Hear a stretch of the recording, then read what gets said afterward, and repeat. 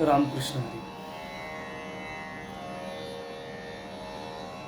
अनेक जातीमध्ये कुळामध्ये महाराष्ट्रामध्ये संत निर्माण झाले. त्या कुळाचा उद्धार त्या संतांमुळे झाला. असे संत सेना महाराज समकालीन संत ज्ञानेश्वर महाराजांच्या काळातले ते काय आपलं मनोगत सांगतात अभंगाच्या माध्यमातून. आपल्याला मार्गदर्शन पर अभंग आहे हा. येऊनी नरदेहासी वाचे उच्चारी ज्ञानेश्वर, तयाचा संसार सुफळ झाला गे माये, तयाचा संसार सुफळ झाला गे माये. प्रत्यक्ष परब्रह्म येऊनी अवतारासी, प्रत्यक्ष परब्रह्म येऊनी अवतारासी. तारिले जगासी नाम मात्रे, तारिले जगासी नाम मात्रे.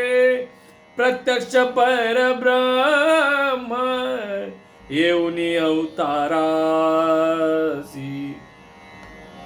जयाचे अंगणी पिंपळ सोनियाचा, जयाचे अंगणी पिंपळ सोनियाचा. सिद्ध साधकांचा मेळा तेथे, सिद्ध साधकांचा मेळा तेथे. प्रत्यक्ष परब्रह्म येऊनी अवतारासी. तारिले जगासी नाम मात्रे. प्रत्यक्ष परब्रह्म येऊनी अवतारासी.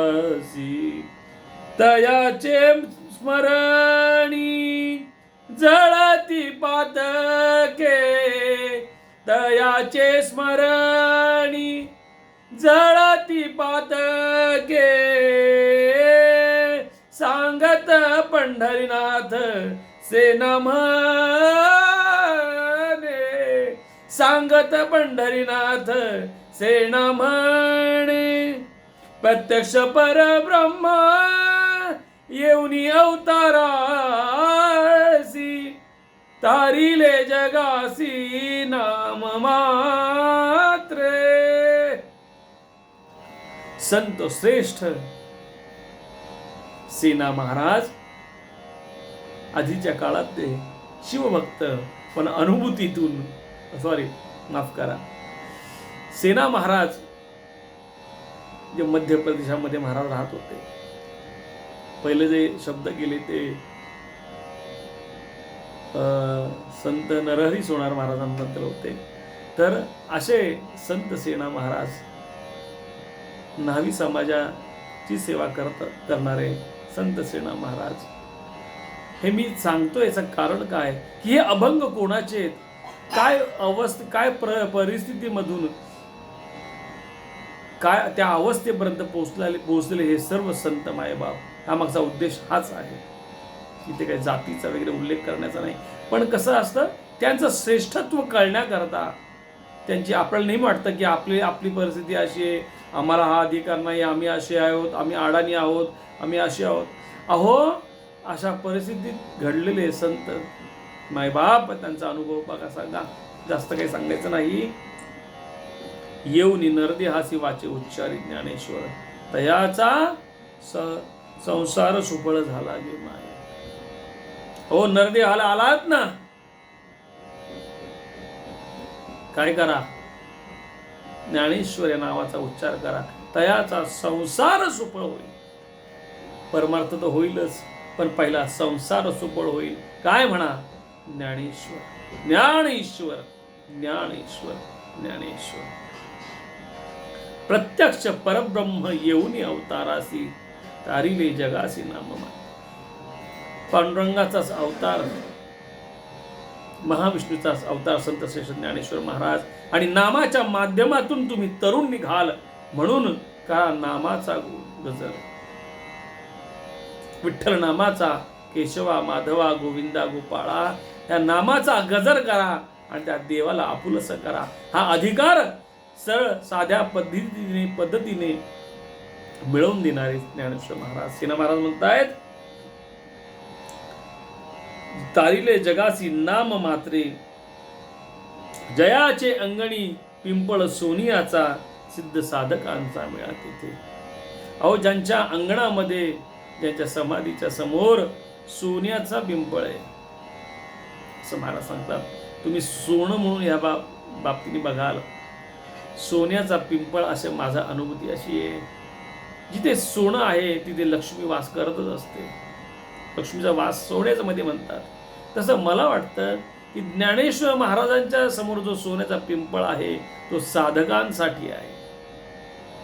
काही ते सांगितले, जयाची अंगणी पिंपळ सोनियाचा, सिद्ध साधकांचा मेळा तेथे. ज्यांना सिद्धी प्राप्ती करायची, ज्यांना त्या साधकांना, सिद्ध साधक यांचा मेळा त्या पिंपळाच्या जवळ आहे. सोन्याचा पिंपळ याचा अर्थ असा, शुद्धता, ज्ञानाची, भक्तीची शुद्धता सोन्यासारखी असली पाहिजे. आणि तीच त्या वृक्षाच्या रूपाने, त्या मुळांच्या रूपाने त्या समाधीपर्यंत पोचवून वरती येऊन तो पिंपळ सर्वांना तीच अवस्था प्राप्त करून देतोय. म्हणून जयाचे अंगणी पिंपळ सोनियाचा, सिद्ध साधकांचा मेळा तेथे. तयाचे स्मरणे जळती पातकी. त्यांच्या स्मरण केलं, ज्ञानदेवांचं स्मरण केल्याबरोबर तुमच्या पातका काय होऊन जळून जातील. तुम्ही जे पाप कर्म केले ते जळून जातील, त्यांची राख सुद्धा उरणार नाही. आपण पाप करावं का पुण्य करावं, ह्या तीर्थाला जावं का तिथे गेल्यावरती आपली पाप जळून जातील. इथे उच्चार केल्याबरोबर नव्हे, त्यांचं स्मरण केल्याबरोबर ती पाप जळून जातात. असं कोण सांगतंय? सांगत पंढरीनाथ सेनामणे. कोण सांगतंय? पंढरीनाथ सेनामणे. पंढरीनाथांचा सेना आहे तो हे सांगतोय, विश्वास ठेवा, नाम घ्या, अनुभूती प्राप्त होईल. रामकृष्ण.